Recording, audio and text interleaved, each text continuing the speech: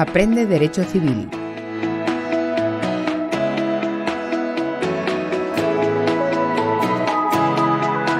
Ahora puedes seguir aprendiendo sobre derecho civil mientras vas conduciendo, coges el autobús, esperas esa cita o simplemente paseas por la calle. Con los siguientes podcasts de la profesora Esther Monterroso podrás seguir incorporando conocimientos de derecho civil mientras aprovechas tu tiempo libre.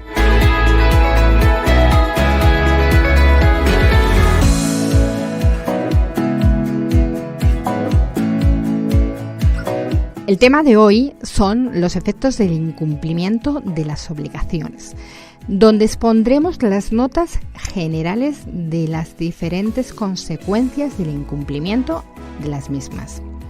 Este incumplimiento es el que permite articular el sistema de los mecanismos del que dispone el acreedor y de ahí su relevancia práctica. Veremos que el principal efecto es el cumplimiento forzoso y en caso de que no sea posible, se aplicaría la indemnización de daños y perjuicios. Tengo que comenzar por presentarme. Soy Esther Monterroso, profesora titular de Derecho Civil y abogada. Comenzamos.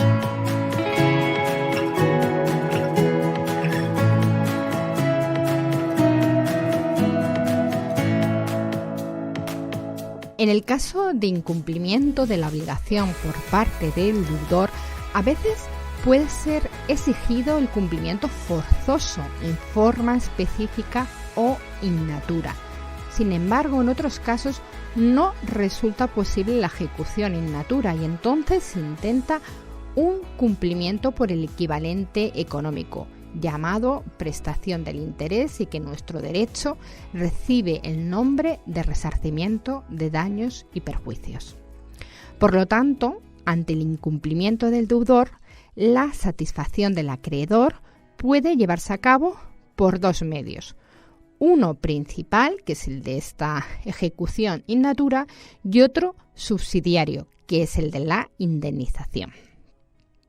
Vamos a comenzar por analizar las formas de cumplimiento forzoso de la obligación en caso de dicho incumplimiento. Este cumplimiento forzoso en forma específica o in natura consiste en procurar que se realice la prestación en forma idéntica a la pactada, es decir, como quedó constituida en el momento en el que se estableció la obligación. Nuestro Código Civil distingue varias posibilidades en función de la clase de obligación. De este modo, en las obligaciones de dar, si la prestación consiste en la entrega de una cosa determinada o específica y dicha cosa está dentro del patrimonio del deudor, el acreedor puede llegar a obtenerla mediante el ejercicio de una acción judicial. También, si se trata de una cosa indeterminada o genérica, puede el acreedor obtener su entrega directa o pedir que se cumpla la obligación a expensas del deudor. Debe recordarse aquí que si el deudor incurre en mora en la entrega de la cosa, va a responder de los casos fortuitos hasta que se efectúe dicha entrega. ¿Y qué ocurre en las obligaciones de hacer? Bien, pues en las obligaciones de hacer que puedan ser efectuadas por cualquiera, es decir, cuando no se trate de obligaciones de carácter personalísimo, es posible la ejecución en forma específica, de acuerdo con el artículo 1098, según el cual, si el obligado a hacer alguna cosa no la hiciere o la hiciere contraviniendo el tenor de la obligación, se mandará ejecutar a su costa, o sea, por otras personas a expensas del deudor. Por el contrario, cuando se trata de hechos personalísimos en los que no puede sustituirse por otro sujeto a la persona del deudor, ya que solo él puede realizar la prestación con utilidad para el acreedor, y aquí pongamos un ejemplo para entenderlo mejor. Si se contrata, supongamos que la realización pues de una obra de arte por un afamado escultor. En ese caso, no cabe obligar a la prestación en forma específica, sino que habrá que entonces ser sustituida por una indemnización de daños y perjuicios. Y es que, obviamente, a nadie se le puede obligar físicamente a realizar algo que no quiere hacer. Pongamos un ejemplo.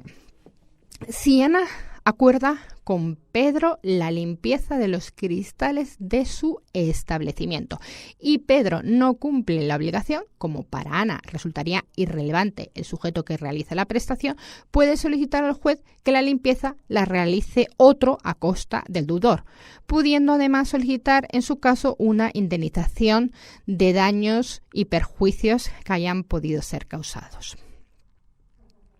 Y por último, respecto a las obligaciones de no hacer, si el deudor ejecuta lo que le estaba prohibido realizar, el acreedor puede pedir que se deshaga lo mal hecho a expensas del deudor. Cuando esto no sea posible, lo que procede únicamente es la reclamación del resarcimiento de los daños y perjuicios causados. Bien, y precisamente a continuación vamos a ver en qué consiste el resarcimiento de daños y perjuicios. Una vez analizadas esas posibilidades de ejecución, vamos a ver ahora las posibilidades que tiene ese acreedor perjudicado de solicitar el resarcimiento de estos daños y perjuicios por el incumplimiento que se le haya causado, ya que el propio incumplimiento por sí solo no tiene necesariamente que implicar la existencia de un perjuicio. ¿Y cuáles son sus requisitos para que tenga lugar ese resarcimiento de daños y perjuicios? Pues vamos a verlos. Primero, que exista un incumplimiento culpable de la obligación. Además, que no se pueda obtener el cumplimiento en forma específica. Que exista un daño resarcible.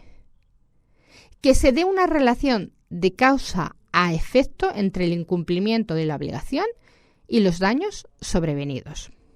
Evidentemente, los dos primeros requisitos, por su claridad, no requieren mayor comentario, pero sí es preciso realizar algunas observaciones en cuanto al daño y al nexo causal. Y es aquí donde me gustaría resaltar algunas cuestiones importantes para que las tuvierais especialmente en cuenta. La primera es respecto al daño, ya que su existencia debe ser probada por el acreedor. Y este daño puede consistir tanto en la pérdida sufrida, hablamos entonces de daño emergente, como en la ganancia dejada de obtener. Es lo que nos referimos con el lucro cesante.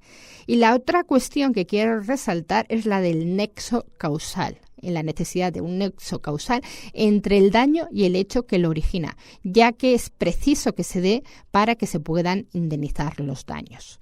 Obviamente, este derecho a la indemnización no puede implicar un enriquecimiento, sino que debe limitarse a obtener el resarcimiento del daño efectivo. En ese sentido, la indemnización debe colocar al acreedor en la misma posición que si se hubiera cumplido la obligación, por lo que si el hecho generador de la misma hubiera producido un beneficio al perjudicado, este también debe computarse en la propia indemnización. A continuación vamos a ver cuál es la extensión y cuáles son los efectos del resarcimiento. Nuestro código subordina la extensión de los daños indemnizables a la causa, por un lado, del incumplimiento de la obligación, distinguiendo según se trate de deudores de buena o mala fe, y por otro lado, a la previsibilidad o imprevisibilidad de los daños y perjuicios. En este sentido, el artículo 1107 del Código Civil señala los siguientes límites.